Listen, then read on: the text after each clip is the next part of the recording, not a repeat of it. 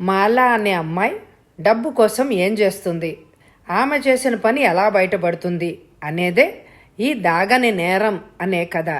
సికిందర్ గారు అద్భుతంగా రాశారు ఈ కథని. ఈ కథ నచ్చితే తప్పకుండా లైక్ చేయండి.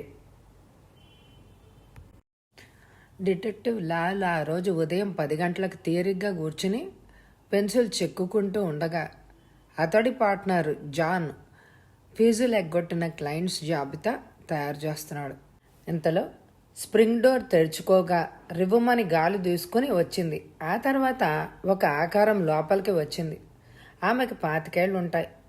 ఉన్నత కుటుంబానికి చెందిన స్త్రీలాగే ఉంది. ముఖంలో ప్రశాంతత, కళ్ళల్లో దైన్యం, విగ్రహంలో గాంభీర్యం ఉట్టిపడుతున్నాయి. డిటెక్టివ్ జాన్కి ఆమెలో గులాబీ రేకుల్లాంటి పెదవులు. ఆమె వివాహిత అయినందున నిరాశ చెందాడు. ఆమె చేతులు జోడించి నమస్కరించి లాల్ ఎదురుగా కూర్చుంది. లాల్ ముందుకు వంగి ఏం జరిగింది అని అడిగాడు. అతడు ఇలా డైరెక్ట్గా అడగడం ఆమెని కలవరపరిచింది. నా భర్త కనిపించడం లేదు చెప్పిందామె. ప్లీజ్ నా కేసు తీసుకోండి. నిన్న రాత్రి నుంచి కనిపించని నా భర్తను గాలించండి. ఫీజు ఎంత కావాలి? డిటెక్టివ్లు ఇద్దరూ తికమక పడ్డారు. రోజుకి 50 రూపాయలు, ఖర్చులు మీవి. కేసు తేలాక బిల్లు వేరే ఇచ్చుకోవాలి అన్నాడు జాన్. మంచిది. ఆమె పర్స్ తీసి కొన్ని 100 రూపాయల కాగితాలను అందించింది. అడ్వాన్స్ 500. త్వరగా గాలించి ఆయన ఎక్కడున్నారో తెలుసుకోండి. వివరాలు కావాలి అంటే చెప్తాను. లాల్ ఆమెని సూటిగా చూసి అనుమానంగా అడిగాడు. మీరు గాలించమంటోంది మీ భర్తనేనా? నవ్విందామె. లేకపోతే గుండి సూదిని అని అనుకుంటున్నారా? అలాగే ఉంది మీ ధోరణి. మీ భర్త గురించి చాలా తేలిగ్గా మాట్లాడుతున్నారు. ఆయన కనిపించకపోవడం మీకేం కంగారుగా లేదా? ఎందుకు లేదు? చిరాగ్గా అందామె. కంగారుగా లేకపోతే అసలు మీ దగ్గరికి ఎందుకు వస్తానో? డిటెక్టివ్లు ఒకరినొకరు చూసుకున్నారు. తర్వాత అన్నాడు లాల్. ఆయన ఫోటో ఉందా? పర్సులోంచి ఫోటో తీసి ఇచ్చింది ఆమె. ఆ ఫోటోలో మనిషిని చూసి ఆశ్చర్యపోయాడు లాల్. అతని ఆశ్చర్యాన్ని చూసి ఫోటో లాక్కున్నాడు జాన్. ఫోటోలో ఉన్న వ్యక్తికి 50 ఏళ్ళు ఉంటాయి. 50 ఏళ్ల మనిషి 25 ఏళ్ల యువతికి భర్త ఎలా అయ్యాడు? రెండవ పెళ్ళా? ఆయన ఎప్పటి నుంచి కనిపించడం లేదు? లాల్ అడిగాడు. నిన్న రాత్రి నుంచి. ఎక్కడికి వెళ్ళారని మీ అనుమానం? నాకు తెలిసినంత వరకు ఆయన ఎక్కడెక్కడికి వెళ్తారో అక్కడక్కడా గాలించాను. ఎక్కడా లేడు. ఎక్కడున్నాడో తెలియదు. ఆయన బిజినెస్ ఏంటి? చాలా ఉన్నాయి. ఆబిడ్స్లో డిపార్ట్మెంటల్ స్టోర్స్, సరూర్ నగర్లో ద్రాక్ష తోట, కోళ్ల ఫామ్, ఏసీ గార్డెన్స్లో లాడ్జింగ్ ఇంకా నిర్మాణంలోనే ఉందిలేండి. ఆయన పేరు నందన్ రావు. మీ పేరు? మాల. పూర్తి పేరు వైజయంతి మాల? అడిగాడు జాన్. చురచురా చూసిందామె. కాదు, ఒకరితో నన్ను పోల్చడం నేను సహించను. మీ ఇల్లు ఎక్కడా? లాల్ అడిగాడు. హిమాయత్ నగర్లో, లిబర్టీ వెనక. అడ్రస్సు, ఫోన్ నంబరు ఇవ్వండి రాసిచ్చింది ఆమె. All right. ఈ కేసు స్వరూపం తెలుసుకోవాలి. మీ భర్త కనిపించడం లేదని మీకు ఎప్పుడు తెలిసింది? ఈ ప్రశ్నకి 2 సార్లు జవాబిచ్చాను. మరోసారి ఇవ్వండి. నిన్న రాత్రి. ఎన్నింటికి? సుమారు 1 గంటకి. ఎలా? నిద్రపోతున్నాను. మెలకు వచ్చింది. పక్కనేమో ఆయన లేడు. అప్పుడు తెలిసింది. మీకు మెలకువ ఎందుకు వచ్చింది? ఏదైనా చప్పుడు విన్నారా? రాత్రి ఒక నిర్ణీత సమయంలో నాకు మెలకువ వస్తుంది. ఏ సమయంలో? 1 గంట ప్రాంతం. కారణం ఏంటి? దాహం వేస్తుందా? పేడకల వస్తుందా? లేక? అలాంటిదేమీ కాదు. అప్రయత్నంగానే వస్తుంది. అప్పుడు ఏం చేస్తారు? ఏం చేయను. కాసేపటికి తిరిగి మరీ నిద్ర వచ్చేస్తుంది. నిన్న రాత్రి ఏం చేశారు? మెలకు వచ్చి చూస్తే ఆయన లేరు. బాత్రూంలోకి వెళ్ళాడేమో అని అనుకున్నాను. ఎంతసేపటికి తిరిగి రాకపోవడంతో ఇల్లంతా గాలించాను. ఎక్కడా లేడు. ఆయనకి నిద్రలో నడిచే అలవాటు ఉందా? లేదు. ఆయన ఇంట్లో లేడని మీరేం చేశారు? ఎక్కడికో వెళ్ళి ఉంటాడు అని అనుకున్నాను. రాత్రంతా జాగారం చేశారు. తెల్లారినా రాలేదు. ఇంతకుముందు ఆయన అలా వెళ్ళారా? మా పెళ్ళైన 4 ఏళ్లలో ఇలా జరగలేదు. మీతో ఆయనకి పెళ్ళి ఎలా అయింది? ఆయన స్టోర్స్లో నేను పనిచేసేదాన్ని. అప్పుడు ఆయన భార్య చనిపోయింది. నన్ను పెళ్లి చేసుకోమని కోరారు. నేను అనాథని. ఆయన భార్య అయ్యే అదృష్టం నాలాంటి వాళ్ళకి ఎందరికీ ఉంటుంది చెప్పండి. వెంటనే నేను ఒప్పేసుకున్నాను. ఆయన స్వభావం ఎలాంటిది? శాంత స్వభావం, నలుగురికి సహాయం చేసే స్వభావం, శత్రువుని కూడా స్నేహితుల్లాగా చూసే స్వభావం. మీ దాంపత్యం ఎలా ఉంటుంది? ఆమె ముఖం ఎర్రబడింది. మిస్టర్ లాల్, మీరు అనవసరంగా నా వ్యక్తిగత విషయాల్లో జోక్యం చేసుకుంటున్నారు అరిచిందామె. లాల్ తల పంకించి జాన్ని చూశాడు. జాన్ నవ్వి, ఆల్ రైట్ మేడం, మీకు భర్త ముఖ్యం కాకపోతే వ్యక్తిగత విషయాలు చెప్పకండి. అయితే నేను ఒక నిజం చెప్తాను. మీ మాటల ధోరణిని బట్టి చూస్తే మీకు భర్త కంటే డబ్బు ముఖ్యము అని అనిపిస్తుంది. అంతేనా? రెండవ భార్య మీద ఎవరికీ సదభిప్రాయం ఉంటుంది లోకంలో? ఉండదు. అందుకే మీ ధోరణి మార్చుకోండి. చూడండి, మీరు మా ప్రశ్నలకి మనసు విప్పి జవాబులు ఇస్తే తప్ప మేమేమీ చేయలేం. నేను డబ్బు కోసం పెళ్లి చేసుకున్నాను అంటే సహించలేకపోతున్నాను. వదిలేయండి. డబ్బు ఎవరికి ముఖ్యం కాదు. మాకు డబ్బు అవసరం అనుకుంటే ఈ ఏజెన్సీ పెట్టేవాళ్ళమా? నవ్విందామె. నా భర్త విషయం ఆలోచించండి. ప్రముఖ వ్యక్తుల అదృశ్యం అవడానికి అనేక కారణాలుంటాయి. కిడ్నాపు, బ్లాక్మెయిల్, రహస్య ప్రేమ కలాపాలు, అత్యవసర ప్రయాణాలు, సమావేశాలు, నలుగురు దృష్టిని ఆకర్షించాలి అనే ఉద్దేశంతో అజ్ఞాతవాసం అన్నాడు జాన్. అంటే గాబరాగా అడిగింది. నవ్వాడు జాన్. మీ భర్త తనకి పబ్లిసిటీ కావాలని కోరుకున్నారే అనుకోండి. అప్పుడు రహస్యంగా ఎక్కడో దాక్కుంటే మీరు కంగారు పడి పోలీసుల దగ్గరికి వెళ్తారు. పోలీసులు గాలింపు ప్రారంభిస్తారు. అది వేరే విషయం. ఇక దేశవ్యాప్తంగా పత్రికలు మీ భర్త అదృశ్య వార్త ప్రచురించి ప్రజల్లో సంచలనాన్ని రేకెత్తిస్తాయి. బ్రహ్మాండమైన పబ్లిసిటీ. ఆ తర్వాత ఇంతలో ఆయన చల్లగా బయటకు వస్తారు. అందరినీ ఆశ్చర్యపరుస్తారు. ఏవేవో కథలు కల్పించి గొప్పగా తన సాహసాన్ని వర్ణిస్తారు. ఆ కథలు లోకం నమ్మినా నమ్మకపోయినా అభినందనలు, ఆశీస్సులు టపటపా వచ్చి పడిపోతూ ఉంటాయి. అంతే. హఠాత్తుగా ఆయన దేశంలో నోటోరియస్ పర్సన్ అయి కూర్చుంటాడు. ఓహో, ఆయన అలా చేయడే, మీకెలా తెలుసు? అడిగాడు జాన్. మా ఊహ పరిధి మీకంటే విశాలమైంది. ఒక సమస్యని పరిష్కరించడానికి ఎన్నో కోణాల నుంచి దృష్టి ఉంచుకొని ఆలోచిస్తూ ఉంటాం. మా కోణాల్లో ఎన్నో మలుపులు, ఆ మలుపుల్లో ఎన్నో అడ్డంకులు ఉంటాయి.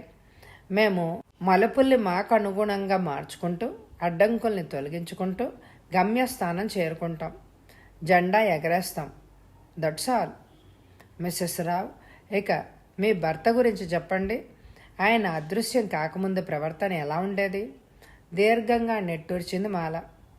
అన్ని పరిస్థితుల్లోనూ ఆయన ప్రవర్తన ఒకే విధంగా ఉంటుంది. ఆయన హావభావాల్ని, ఆలోచనల్ని పసిగట్టలేం. ఏ విషయంలో కూడా ఆయనలో ఎలాంటి క్లూ దొరకదు. నిన్న రాత్రి గురించి చెప్పండి. అసలు ఆయన ఎలా ప్రవర్తించారు? మాలతి అంది. రాత్రి 8 గంటలు అనుకుంటాను. బయట పనులు ముగించుకొని వచ్చాడు. భోజనం చేసి 9 గంటలకే నిద్రపోయాడు. నాకు ఆశ్చర్యం వేసింది. ఆయన ఎప్పుడు ఆ సమయానికి నిద్రపోడు. పగలంతా చాలా బిజీగా ఉంటాడు కాబట్టి మనశ్శాంతి కోసం రాత్రి పుస్తకాలు చదువుతాడు 11 గంటల వరకు. ఇది క్రమం తప్పని దినచర్య. కానీ నిన్న రాత్రి 9ంటికే ఎందుకో నిద్రపోయాడో అని నాకు అర్థం కాలేదు. మీరెప్పుడు నిద్రపోయారు? 10 గంటలకి అలవాటు ప్రకారమే. ఆయన మీతో ఏం మాట్లాడారు? ఏం మాట్లాడలేదు. మాట్లాడుకోరా? నిన్న రాత్రి మాట్లాడుకోలేదు. ఏ? ఎందుకు? విసుగ్గా అందామా. ఆయన ఆందోళనగా ఉన్నప్పుడు పలకరించను. ఆయన ఆందోళనలో భాగం పంచుకోవడం భార్యగా మీ కర్తవ్యం కదా, లాల్ అన్నాడు. ప్లీజ్ షటప్ మిస్టర్ లాల్, నేను జాన్తోనే మాట్లాడతాను. జాన్ అడిగాడు. ఆయన ఆందోళనగా ఎందుకున్నారు? తెలియదు, నేను అడగలేదు, ఆయన కూడా చెప్పలేదు. ఐసి. జాన్ ఏదో ఆలోచించాడు. అయితే ఆయన కట్టుబట్టలతో అదృశ్యమయ్యారా? అంటే ఆయన ఏ బట్టలతో నిద్రపోయారో? లుంగీ, బనీన్. ఇప్పుడు చెప్పండి, ఆయన లుంగీ బనీన్తో అదృశ్యమయ్యారా? కాదు. గాబరాగా అందామా. గాబరా పడకండి, ప్రశాంతంగానే చెప్పండి. మిస్టర్ జాన్, ఆయన బట్టలు మార్చుకొని వెళ్ళారు. మీకెలా తెలుసు? రాత్రి చూశాను. ప్యాంటు షర్టు లేవు. లుంగి బెడ్ మీద ఉంది. ఎలాంటి దుస్తులు? నల్లటి ప్యాంటు, తెల్లటి షర్టు. పర్సులోంచి కర్చీఫ్ తీసి చెమట తుడుచుకుంది ఆమె. అలాంటివి ఎన్ని జతలున్నాయి? 2. మొత్తం ఎన్ని జతలు ఉంటాయి? జాన్, ఏమిటిది ప్రశ్న? జవాబు చెప్పండి. మీరింత లోతుగా ఇన్ని ప్రశ్నలు అడుగుతారు అని అనుకోలేదు. ఆయనకి మొత్తం 11 జతలు ఉన్నాయి. సరిగ్గా చెప్తున్నారా? ఖచ్చితంగా చెప్తున్నా. ఆయనకు 11 జతలే ఉన్నాయి. అవిగాక ఉడుపులు ఎన్నున్నాయి? ఆమె తటాలున్న లేచి నిలబడి, నాన్సెన్స్, వెధవ ప్రశ్నలు, వెధవ డిటెక్టివ్లు. జాన్ షాక్ తిని లాల్ని చూశాడు. లాల్ కల్పించుకొని అన్నాడు, శాంతించండి. మీరు పోలీసుల దగ్గరికి వెళ్ళవలసింది. మా దగ్గరకు వచ్చారు. వాళ్ళు మాకంటే బాగా ప్రశ్నిస్తారు. చెప్పండి, మిమ్మల్ని వాళ్ళ దగ్గరికి పంపిమ్మంటారా? లాల్ కసిగా టెలిఫోను అందుకోగానే ఆమె చటుక్కున లాక్కుంది. క్షమించండి, నాకు ఆవేశం ఎక్కువ. ఆవేశం అనర్థాలకి. ప్రశ్నలు అడగండి. నేను ఊడుపుల సంగతి అడిగాను అన్నాడు జాన్. నా కర్మ, చాకలి పద్దు అప్పజెప్పినట్టే ఉంది కసిరింది ఆమె. 9 బనియన్లు, 15 అండర్వేర్లు, 7 లుంగీలు. నోట్ చేసుకోండి మహాప్రభు. జాన్ రాసుకున్నాడు. అన్నట్టు బట్టలు చాకలికి వేస్తారా? ఏ, మీరు ఉతుకుతారా? నాన్సెన్స్ జాన్, నాకు విసుగు పుడుతోంది. ప్రశ్నకు జవాబు చెప్పండి ఉరిమాడు జాన్. బట్టలు పని మనిషి ఉతుకుతుంది. అంటే ఆయన బట్టలు ఇల్లు దాటి ఎక్కడికి వెళ్ళవు, అంతేనా? అవును, ఆయన ఒంటి మీద ఉంటే తప్ప. ఇప్పుడు చెప్పండి. రాత్రి మీరు చూసినప్పుడు 1 జత లేదు కాబట్టి ఇంట్లో మిగతా 10 జతలు ఉండాలి. ఉన్నాయా? ఆమె కలవరంగా చూసింది. ఏంటి మీ ఉద్దేశం? జాను అడ్డంగా తలూపాడు. పదండి, మీ ఇంటికి వెళ్దాం. లాలు అడ్డు తగిలాడు. ఏంటి జాన్ నీ గొడవ? మాల ఇంటరాగేషన్లో నాకు ఒక పాయింట్ దొరికింది. ఏమిటది? జాన్ మాల వైపు తిరిగాడు. మరొక్క ప్రశ్న. మీకెన్ని కార్లున్నాయి? ఒకటే. మీరు ఇప్పుడు సొంత కారులో వచ్చారా? అవును. అయితే మీ భర్త కారులో వెళ్ళలేదన్నమాట. జాన్ లాల్ వైపు తిరిగి, ఆల్ రైట్ బాస్, నా గొడవ ఏమిటో ఇప్పుడు చెప్తాను. మిస్టర్ రావు కారులో వెళ్ళలేదు కాబట్టి, ఫలానా చోటికి వెళ్తున్నట్టు భార్యకు చెప్పలేదు కాబట్టి ఆయన్ని ఎవరైనా బలవంతంగా తీసుకెళ్లే ఉండాలి. అలా గనక జరిగితే ఆయన ఒంటి మీద 1 జత తప్ప మిగతా దుస్తులన్నీ ఇంట్లోనే ఉండి ఉంటాయి. అలాగా ఆయన బుద్ధిపూర్వకంగా ఎక్కడికైనా వెళ్ళి ఉంటే అది త్వరలో తిరిగి వచ్చే నమ్మకం లేకుండా కూడా కొన్ని జతలు తీసుకెళ్తారు. ఇప్పుడు నేను మాలతో ఇంటికెళ్ళి ఈ రెండిటిలో ఏది జరిగిందో తేల్చుకోవాలి. Good idea. లాల్ కళ్ళు మెరిశాయి. ప్రొసీడ్. మాల ఇబ్బందిగా అసహనంగా చూసింది. ఆమె నుదురు చెమట పట్టింది. అంతేకాదు మళ్ళీ అన్నాడు జాన్, ఇలాంటి కేసుల్లో నాకు ఉత్తరాలు ఆసక్తి కలిగిస్తాయి.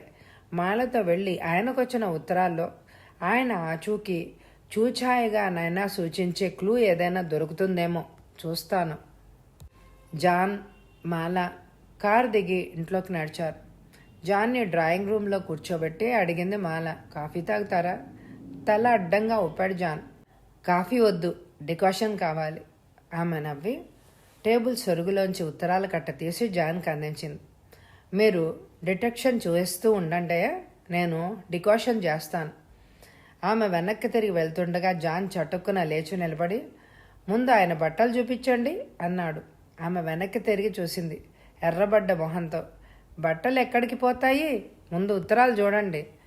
జాను అడ్డంగా తలూపి గబగబా ఆమె దగ్గరికి నడిచాడు. బెడ్రూమ్ ఎక్కడ? ఏమిటి హడావిడి? నా ఇంటికి వచ్చిన వాళ్ళు ప్రశాంతంగానే ఉండాలి అరిచింది ఆమె. నవ్వాడు జాన్. మేం ప్రశాంతంగా ఉంటే కొంపలు అంటుకుంటాయి. ఆమె జాన్ని చూసింది నిప్పులాంటి కళ్ళతో మింగేసేలాగా. సరే పదండి కసిరింది మరుక్షణం.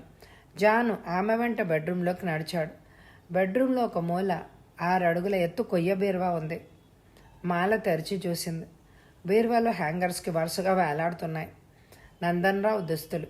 అయితే ఆశ్చర్యం ఏమిటి అంటే అవి మొత్తం 11 జతలు ఉన్నాయి, కానీ అండర్వేర్స్లో మాత్రం ఒకటి తక్కువగా ఉంది. నందన్రావు దుస్తులన్నీ ఇంట్లోనే ఉన్నాయి, ఒక అండర్వేర్ తప్ప. జాన్ మాలను చూశాడు. వెల్ మేడం, ఆఫీస్లో మీరేం చెప్పారు? 1 జత తక్కువ ఉందని, అంతేనా? తలూపింది. మరి ఇక్కడ అన్ని జతలు ఉన్నాయేంటి? ఆమె ముఖం ఎర్రబడింది. ఏమో జాన్, నాకేం అర్థం కావడం లేదు. ఏమిటి అర్థం కావడం లేదు? రాత్రి మీరు చూసినప్పుడు తెల్ల షర్టు నల్ల ప్యాంటు లేవు, ఇప్పుడు ఉన్నాయి. అంటే రావు గారు వచ్చేసారన్నమాట. మాల కంగారుగా అంది. ఏంటి మీరు అనేది? ఆయన వచ్చేసారా? అయితే ఎక్కడున్నారు? ఒక్క క్షణం ఆలోచించాడు జాన్.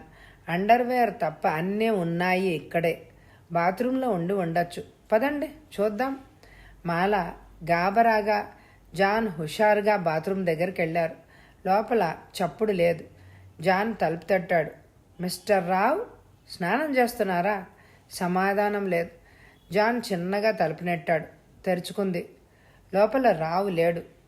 సరికదా, నేల తడిగా కూడా లేదు. నెట్టూర్చి వెనక్కి తిరిగాడు జాన్. లాబెటరీలో చూద్దాం. లాబెటరీలో కూడా రావు లేడు. ఇద్దరూ తిరిగి బెడ్రూంలోకి వచ్చారు. మాలా, మీరు నిజమెందుకు చెప్పడం లేదు? జాన్ అడిగాడు సీరియస్గా. నేనేం అబద్ధం చెప్పాను? మీ భర్త దుస్తుల గురించి రాత్రి చూసినప్పుడు ఒక జత తక్కువ ఉందని చెప్పారు. ఇప్పుడు అన్ని జతలు ఉన్నాయి. ఇది ఎలా సాధ్యం? మీరు సరిగా చూసారా? ఆయనకి 11 జతలు ఉన్నాయి. రాత్రి చూసినప్పుడు ఒక జత లేదు అంది ఆమె భారంగా. ఆమె మొహం పాలిపోయి ఉంది. విచిత్రంగా ఉంది అన్నాడు జాన్ ఉత్తరాలు అందుకుంటూ. సరే, మీరు డికాషన్ చేయండి. ముందు చల్లటి మంచినీళ్లు పట్టరండి. సారీ జాన్, ఉదయం నుంచి ఫ్రిడ్జ్ ఆన్ చేయలేదు. జాన్ ఆమెను సూటిగా చూశాడు. పర్వాలేదు, ట్యాప్ నీళ్లే పట్టండి. ఆమె తటానున్న బయటికెళ్ళింది. జాను అలసటగా ఒక్కొక్క ఉత్తరం చదవసాగాడు. వాటిలో బిజినెస్ ఉత్తరాలు ఏమీ లేవు. అన్నీ బంధుమిత్రులు వ్రాసినవి. వాటిలోని విషయాలు అంత ఆసక్తి కలిగించలేదు జాన్కి. ముందుకు వంగి ఉత్తరాలు టీపై మీద పెడుతుండగా అతడి దృష్టి బెడ్ కింద పడింది. కొన్ని క్షణాలు రెప్ప వేయకుండా చూస్తుండిపోయాడు. బెడ్ కింద చిన్న దూది ఉండ పడి ఉంది. ఎంతలో మాల వచ్చింది ట్రేతో. జాన్ తేరుకొని లేచి బెడ్ దగ్గరికి వెళ్ళి కింద నుంచి దూది ఉండదీశాడు. మాల దాన్ని తికమక్కగా చూసింది. జాన్ దాని వాసన చూశాడు. ఏమిటిది అని అడిగింది మాల. దూది క్లోరోఫామ్లో తడిపింది. ఆమె కలవరంగా చూసింది. క్లోరోఫామ్ స్పృహ పోగొట్టడానికి ఉపయోగిస్తారన్నాడు జాన్. ఆమె ఉలిక్కిపడింది. అంటే? రాత్రి ఇక్కడికి ఎవరో వచ్చారు. మీ భర్తని తెలివి తప్పించి తీసుకెళ్ళిపోయారు. కెవ్వున అరిచింది మాల. జాన్ గబగబా బెడ్ని చిందరబందర చేశాడు.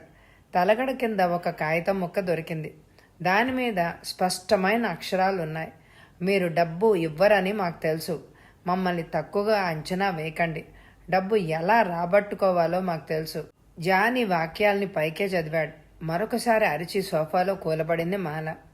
2 చేతుల్లో ముఖం దాచుకొని ఏడుపు ప్రారంభించింది. జాన్ చకచకా మెట్లెక్కి ఆఫీస్లోకి వచ్చాడు. This is a damn strange affair యార్. లాల్ తలెత్తి జాన్ని చూశాడు. ఏం జరిగింది? అంతా గందరగోళంగా ఉంది అలసటగా అన్నాడు జాన్. కమాన్, కూచుని కనుక్కున్నది కక్కు. జాన్ కూర్చుని చెప్పాడు. నందన్ రావుకున్న 11 జంతల బట్టలు ఇంట్లోనే ఉన్నాయి. ఆయన చెప్పులు, బూట్లు, వాచీలు, లుంగీలు, బనీళ్ళు అన్నీ ఇంట్లోనే ఉన్నాయి. ఒక్క అండర్వేర్ తప్ప. బహుశా ఆ అండర్వేర్ ఆయన ఒంటి మీద ఉండి ఉండొచ్చు. ఇక బెడ్ కింద ఈ దూది, తలగడ కింద ఈ కాగితం దొరికాయి. వీటిని బట్టి చూస్తే రాత్రి రావుని ఎవరో ఎత్తుకుపోయారు అని తెలుస్తోంది. డబ్బు కోసం ఆయనని ఎవరో బ్లాక్మెయిల్ చేస్తున్నారు. అయితే ఇందులో నాకు మాల పాత్ర అర్థం కావడమే లేదు. ఏమిటి ఆమె గురించి? రాత్రి ఆగంతకుడు ఎవరో ఇంటికి వచ్చినట్టు తెలుస్తూనే ఉంది. పక్కనే పడుకున్న ఆమె భర్తని ఎత్తుకుపోతున్నా ఆమెకు మెలకు రాలేదు. ఆమెకు కూడా క్లోరోఫామ్ వాసన చూపించి ఉండవచ్చు.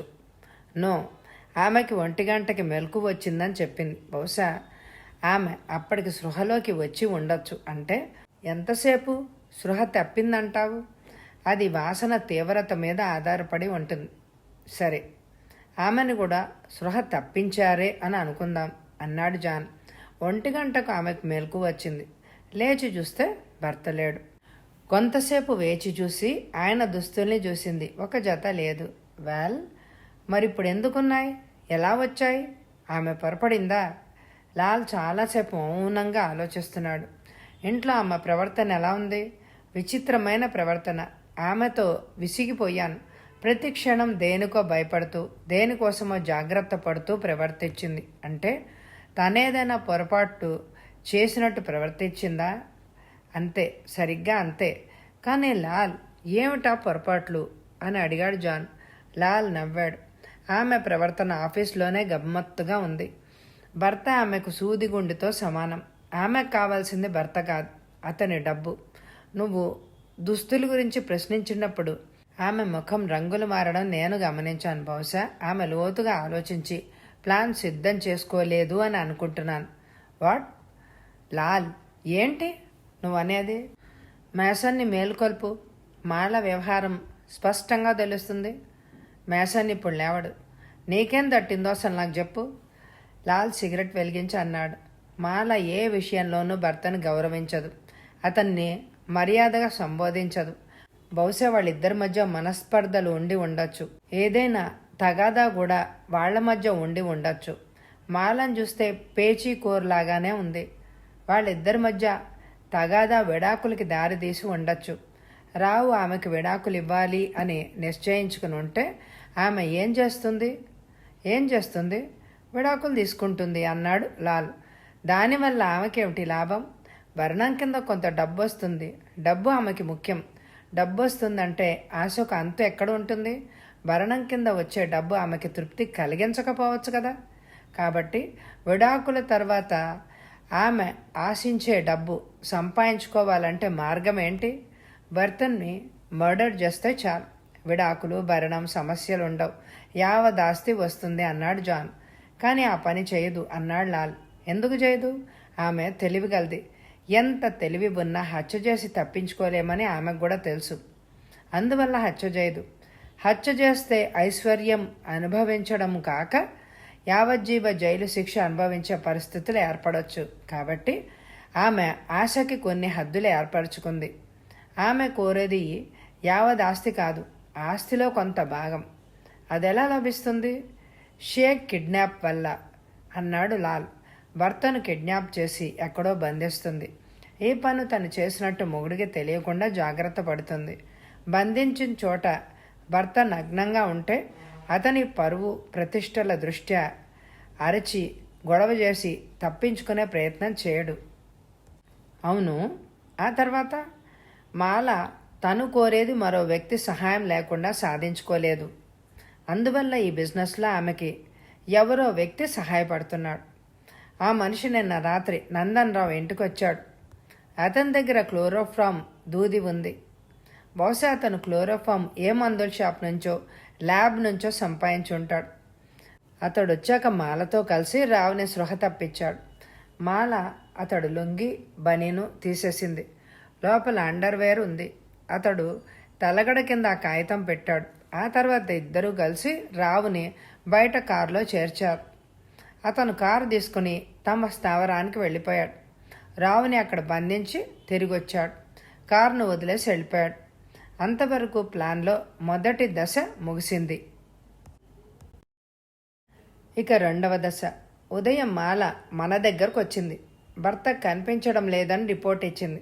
ఆమె ఉద్దేశం తన భర్త కిడ్నాప్ చేయబడ్డాడని, మన ద్వారా బయటపడాలని. భర్తను గాలించడానికి మనం రంగంలో దిగుతాం కాబట్టి మన పని సులువు చేయడానికి తన ఇంట్లో బెడ్ కింద దూది, తలగడ కింద కాగితము ఉంచింది. కానీ మనం రావు దుస్తుల విషయం అడుగుతామని ఆమె ఊహించలేదు. నువ్వు విషయం అడిగినప్పుడు తను చేసిన పొరపాటు తెలిసి ఆమె ముఖం ఎర్రబడింది, గాబరా పడింది. రావు మాయమయ్యాడు కాబట్టి, అతడి దుస్తుల్లో ఉండాలి కాబట్టి ఒక జత తక్కువ ఉందని చెప్పింది. ఇంట్రాగేషన్లో దుస్తుల ప్రస్తావన వస్తుందని ఊహించి ఉంటే రాత్రి రావు జతల్లో ఒకటి మాయం చేసి ఉండేది. ఇప్పుడు అర్థమైంది అన్నాడు జాన్. రావు దుస్తులు చూడాలని చెప్పినప్పుడు ఆమె నన్ను కాసేపు ఆపడానికి ప్రయత్నించింది. లోనికెళ్ళి ఆ జత వెంటనే మాయం చెయ్యాలి అని అనుకుందేమో అన్నాడు లాల్. ఈ కేసు పరిశోధించి ఆమె భర్త కిడ్నాప్ చేయబడ్డాడని మనం తెలుసుకుంటాం. కాబట్టి ఈ వ్యవహారానికి మనం సాక్షులుగా ఉంటాం. భర్త విడుదలై వచ్చాక ఆమె కథనం నమ్మకానికి మనమే ఉపయోగపడతాం. Good logic. ఇంకా చెప్పు. ఇప్పుడు రావు కిడ్నాప్ చేయబడ్డాడని మనం తెలుసుకున్నాం. ఆ ప్లాన్లో 2వ దశ ముగిసింది. ఇక 3వ దశ. కాసేపట్లో ఆమె భర్తను కిడ్నాప్ చేసిన మనుషుల నుంచి ఫోన్ వచ్చిందని చెప్తుంది. మనం కిడ్నాపర్స్ని పట్టుకోవడానికి మాల ఒప్పుకోదు. ఆమె ప్లాను గల్లంతవుతుంది. భర్త ప్రాణాలు రక్షించడానికి డబ్బు చెల్లిస్తానని చెప్తుంది. కాబట్టి ఆమె ఇష్టానికి వ్యతిరేకంగా మనం ఏమీ చేయలేం. ఆమె తన అనుచరుని హెచ్చరిక ప్రకారం డబ్బు తీసుకెళ్లి అతడికి ఇచ్చేస్తుంది.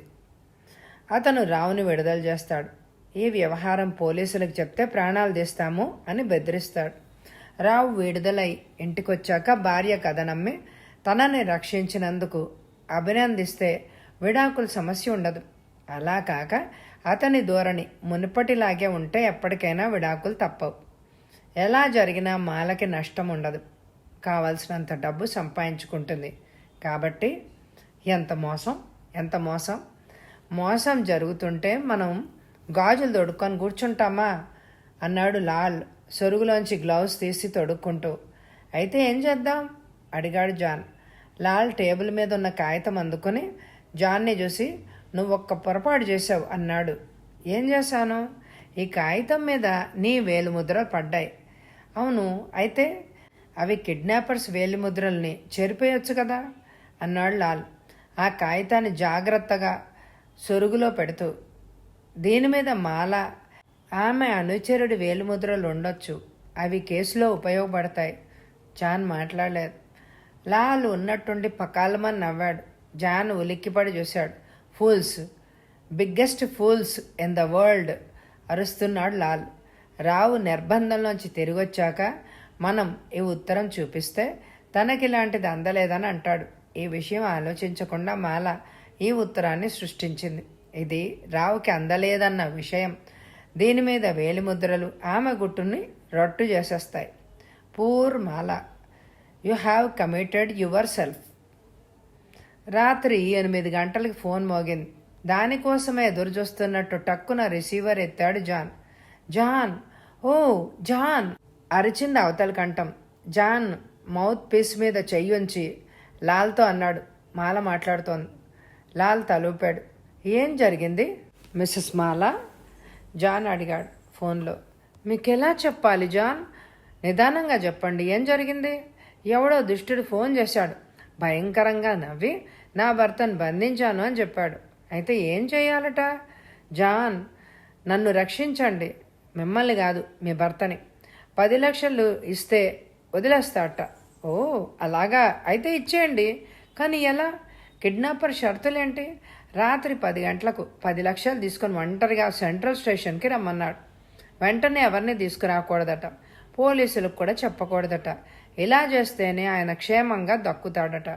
మీ భర్త క్షేమం ముఖ్యం కదా. అలాగే చెయ్యండి. కానీ ఎలా? ఉన్న పళాన అంత డబ్బు ఎక్కడి నుంచి తేవాలి? అయితే గడువు పెంచమనండి. అడిగాను, వీల్లేదంటున్నాడు. సరిగ్గా 10 గంటలకి డబ్బు అందాలి అని అన్నాడు. లేకపోతే? ఓహో, అయితే ఏం చేయాలనుకుంటున్నారు అని అడిగాడు జాన్.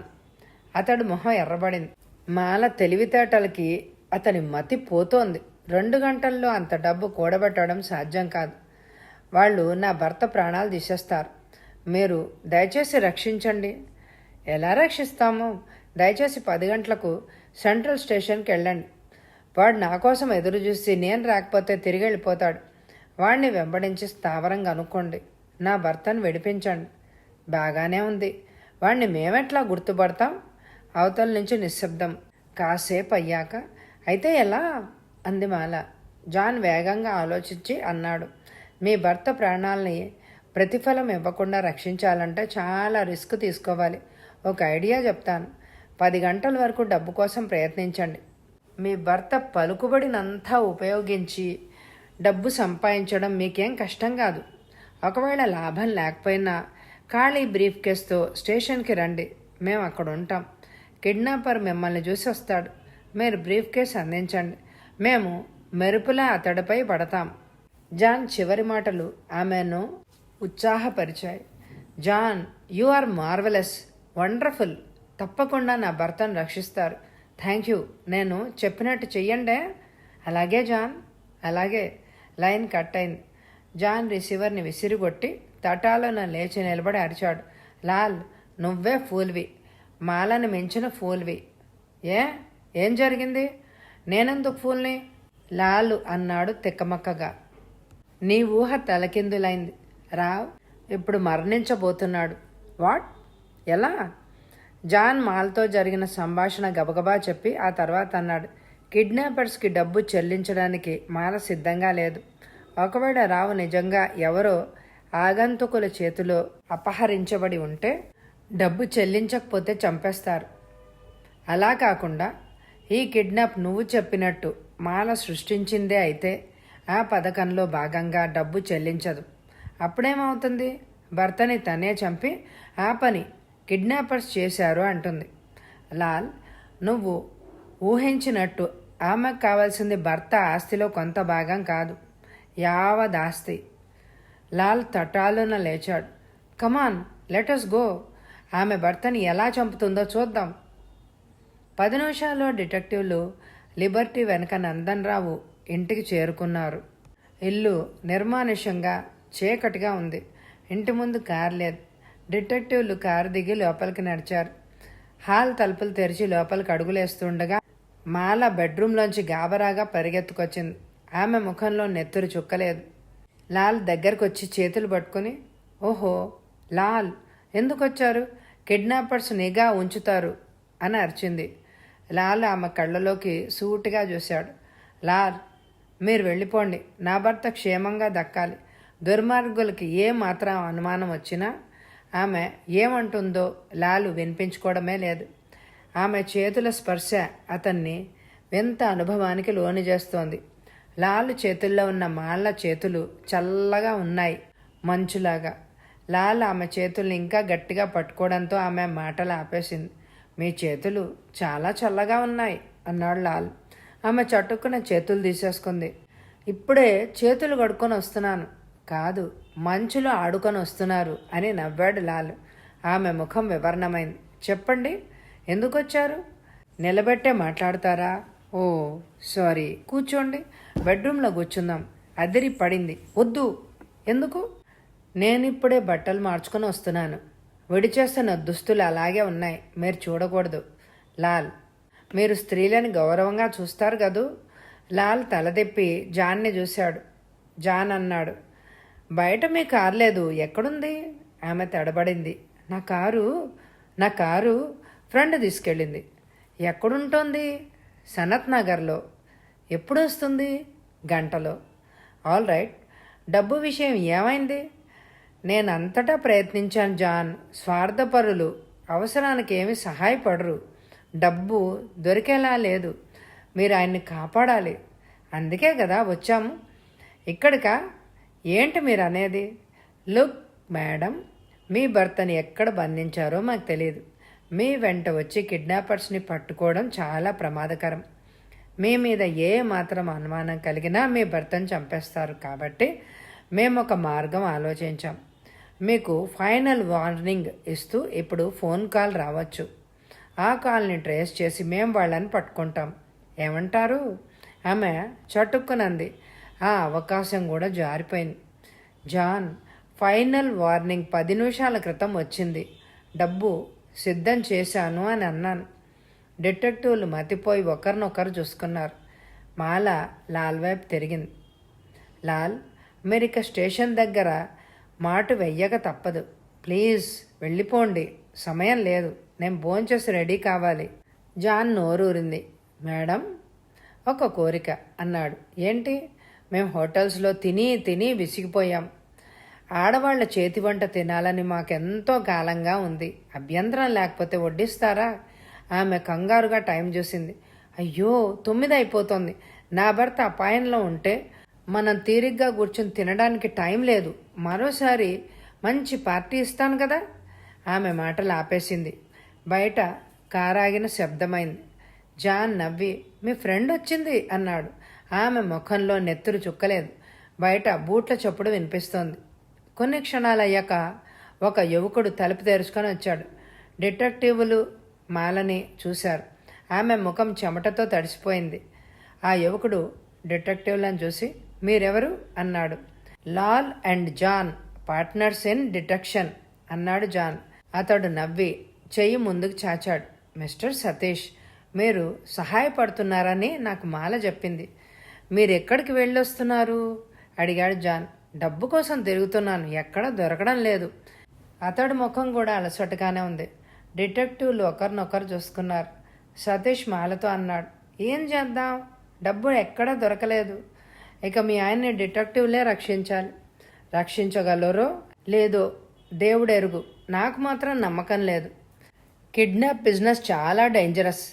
మాట్లాడుతూ ఉండండి, నేను ఇప్పుడే వస్తాను అని తలుపు తెరుచుకొని బయటికి వెళ్ళాడు లాల్. మాలా, సతీష్ ఒకరినొకరు చూసుకుంటున్నారు. వాళ్ల కళ్ళు క్రూరంగా మెరుస్తున్నాయి. ఆ తర్వాత సతీష్ జాన్కి సిగరెట్ ఆఫర్ చేసి, మీ ఏజెన్సీ ఈ సిటీలో డంకా మోగిస్తోంది అని విన్నాను. మిస్టర్ రావ్ని రక్షించగలరా అని అడిగాడు. జాన్ నవ్వాడు. ఒకవేళ రక్షించకపోయినా నేరస్తుల్ని మాత్రం పట్టుకోగలం. ఓహో, మీ మాటలు నాకు ముళ్ళులా గుచ్చుకుంటున్నాయి. రావుని రక్షించగలమని నమ్మకంగా చెప్పలేరా? అది పరిస్థితులపై ఆధారపడి ఉంటుంది. తలుపు తెరుచుకొని లాల్ వచ్చాడు. అతన్ని చూసి అందరూ నిశ్శబ్దం అయిపోయారు. వెల్, మాలా, డబ్బు కోసం ఎక్కడెక్కడ ప్రయత్నించారు అడిగాడు లాల్. ఎందుకు, నేను కూడా ప్రయత్నిస్తాను. మీరా, ఏమిటి మీరనేది? ఇలాంటి పరిస్థితుల్లో మీ వల్ల కాని పనులు మా వల్ల అవుతాయి. కానీ లాల్, డబ్బు ఎవరి దగ్గర లేదు. నేను డిటెక్టివ్ని, తెలుసా? మిస్టర్ రావు ప్రాణాలు రక్షించడానికి డబ్బు అత్యవసరమని ఒప్పించేస్తాను. కమాన్, ఇందాక ఎక్కడ ప్రయత్నించారు? జమునారావు, సరితా బెనర్జీ, కృష్ణకుమారి, వీరేంద్ర జైన్ గబగబా అంటోంది మాల. వీరేంద్ర జైన్ నెంబర్ చెప్పండి అన్నాడు లాల్. మాల చెప్పింది. లాల్ ఫోన్ అందుకొని నెంబర్ డయల్ చేసి మాలని అడిగాడు. వీరేంద్ర జైన్ని ఎంత అడిగారు? అతను ఇవ్వగలిగినంత కసిరింది మాల. ఫోన్లో అవతలి కంఠం వినిపించింది. వీరేంద్ర జైన్ స్పీకింగ్. లాల్ అన్నాడు, hello sir, this is Lal calling. Yes, detective. Mr Nandan Rao భార్య మిమ్మల్ని కలుసుకుందా? డబ్బు విషయం. అవును, అత్యవసరం. అలాగా, బాగా ఆలోచించి చెప్తున్నారా? This is a serious matter. Okay, thank you. Lal receiver పెట్టేసి మాలను చూశాడు. ఆమె చేతులు నలుపుకుంటా నుంచుంది. వెల్, సారీ మేడం, మీ భర్తను రక్షించలేం. అదిరి పడింది మాల. ఎందుకు? జాలిగా నవ్వాడు లాల్. మరణించిన వారిని భగవంతుడు కూడా బ్రతికించలేడు. కెవ్వు మంది మాల. ఏంటి ఏమిటి మీరు అనేది? ఆయనకేమైంది? సతీష్ అడిగాడు గాబరాగా. మరణించారు. ఎక్కడ? ఎలా? ఇక్కడ, ఈ ఇంట్లో. మాల మరొకసారి కెవ్వుమని అరిచింది. లాల్ విసురుగా బెడ్రూంలోకి దారితీశాడు. ఎంత విసురుగా దారితీశాడో అంత విసురుగా వెనక్కి తిరిగి రివాల్వర్ తీశారు. Drop it. మాల, కత్తి పడేయండి. మాల ఆవేశంగా వగరుస్తూ కత్తి చేతిలోకి తీసుకుని ఉంది. జాన్ చటుక్కున రివాల్వర్ తీశాడు. సతీష్ చేతులెత్తి కదలకుండా నిలబడ్డాడు. డ్రాప్ ఇట్, మళ్ళీ అరిచాడు లాల్. ఇప్పుడు మాల ముఖం పాలిపోయింది. కత్తి చేతిలో నుంచి జారిపడింది. లాలు దాని దగ్గరకు నడిచి కర్చీఫ్ చుట్టి అందుకున్నాడు. కత్తి చల్లగా ఉంది. దాన్ని జాన్కిచ్చి, వీళ్ళని కదలనివ్వకు అని తిరిగి బెడ్రూంలోకి దారితీశాడు. బెడ్రూంలో ప్రవేశించి లాల్ ఒక్క చూపులో దాని స్థితి గ్రహించాడు. బెడ్ మీద పసుపు రంగు దుప్పటి పరిచుంది. దానిపైన రక్తం మరక లేవు.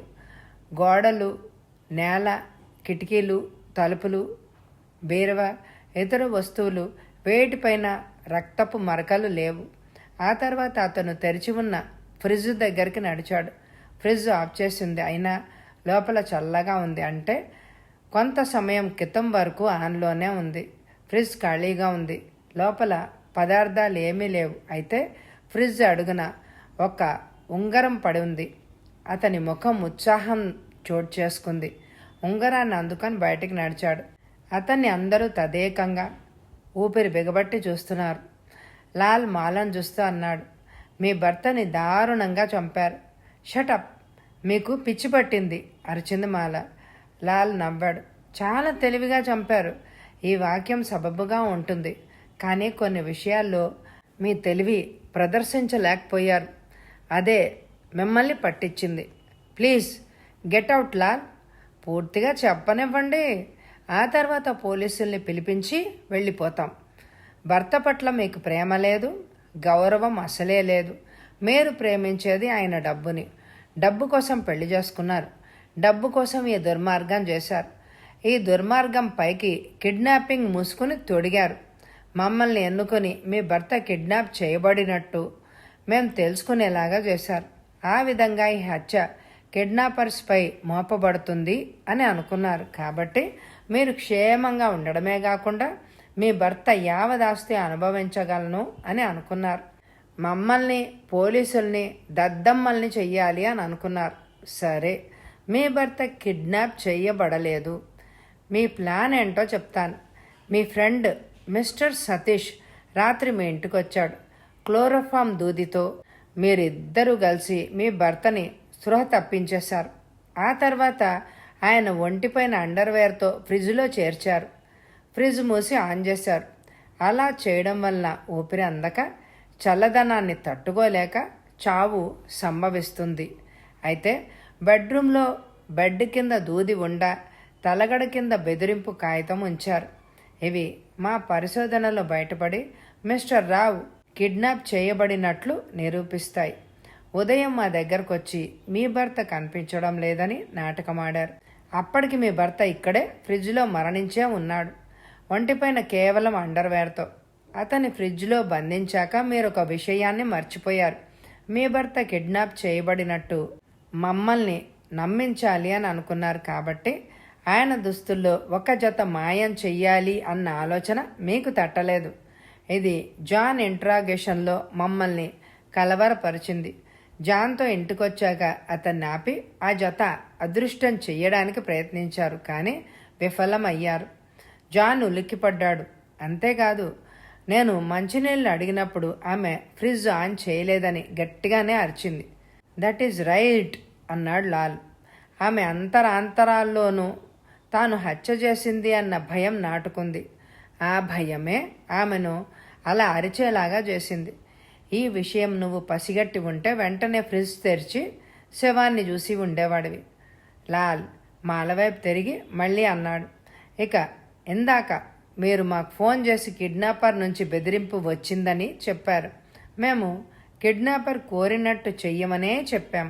అయితే మీరు భర్త క్షేమం ముఖ్యం కానట్టే మాట్లాడారు. అంత తక్కువ వ్యవధిలో డబ్బు సిద్ధం చేయడం సాధ్యం కాదు అని అన్నారు. అప్పుడే మీ ఉద్దేశం మాకు అర్థమైపోయింది.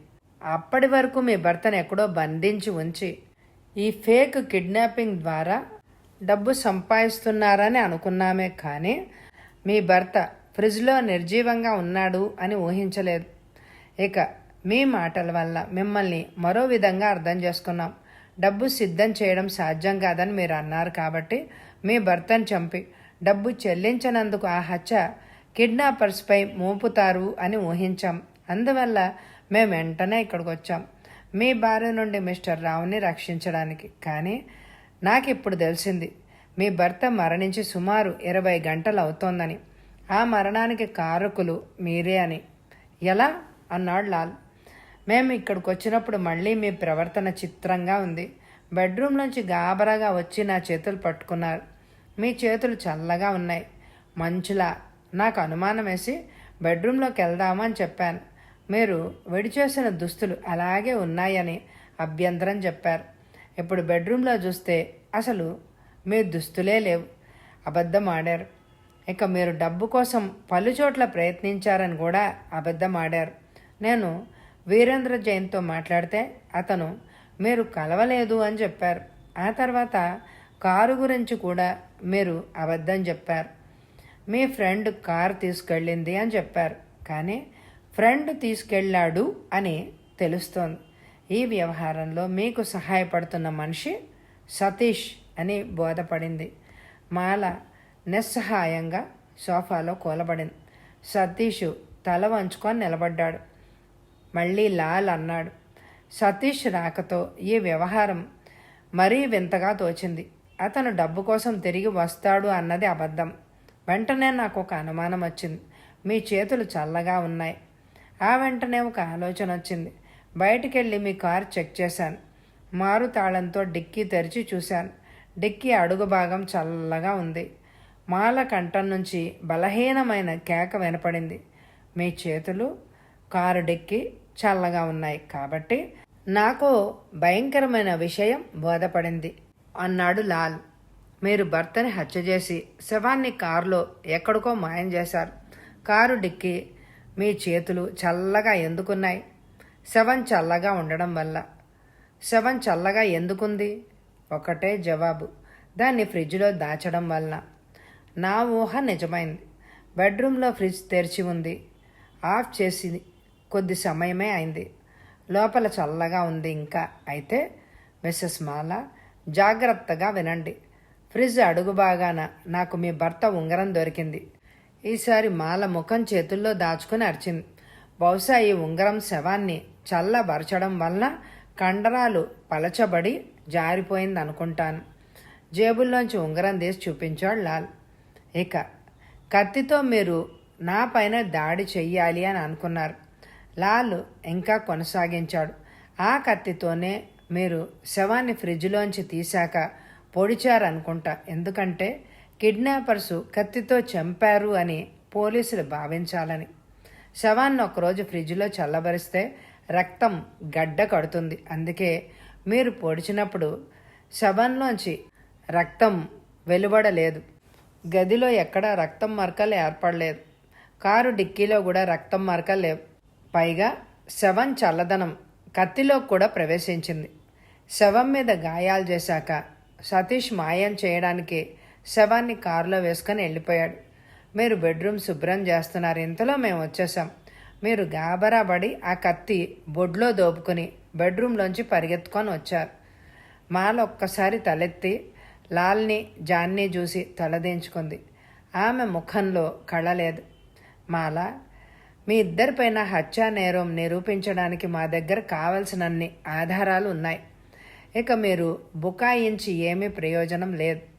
మిస్టర్ సతీష్, మీరు శవాన్ని ఎక్కడ మాయం చేశారు అని అడిగాడు లాల్. సతీష్ తల అడ్డంగా ఊపాడు. చెప్పను. లాల్ నవ్వారు. మీరు చెప్పకపోయినా తెలుస్తుంది. మీరు శవాన్ని నీటిలో పారేశారు. ఈ విషయం మీ ప్యాంటు అంచులే చెప్తున్నాయి. బూట్లు కూడా తడిసే ఉన్నాయి. ఇక పోలీసుల్ని పిలుద్దామా? జాను క్రైమ్ ఇన్స్పెక్టర్ బాలకృష్ణకు ఫోన్ చేసి విషయం చెప్పు. జాన్ తలూపి ఫోన్ దగ్గరికి నడిచాడు. మర్నాడు హుస్సేన్ సాగర్లో నందన్ రావు శవం తేలింది.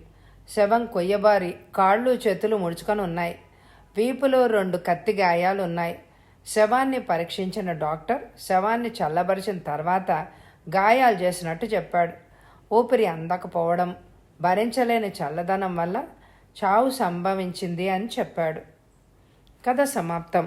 ఈ కథ మీ అందరికీ నచ్చితే తప్పకుండా లైక్ చేయండి. అలాగే ఎండ్ స్క్రీన్లో ఇదివరకు చదివిన కథలుంటాయి, తప్పకుండా వినండి. Thank you very much my dear friends.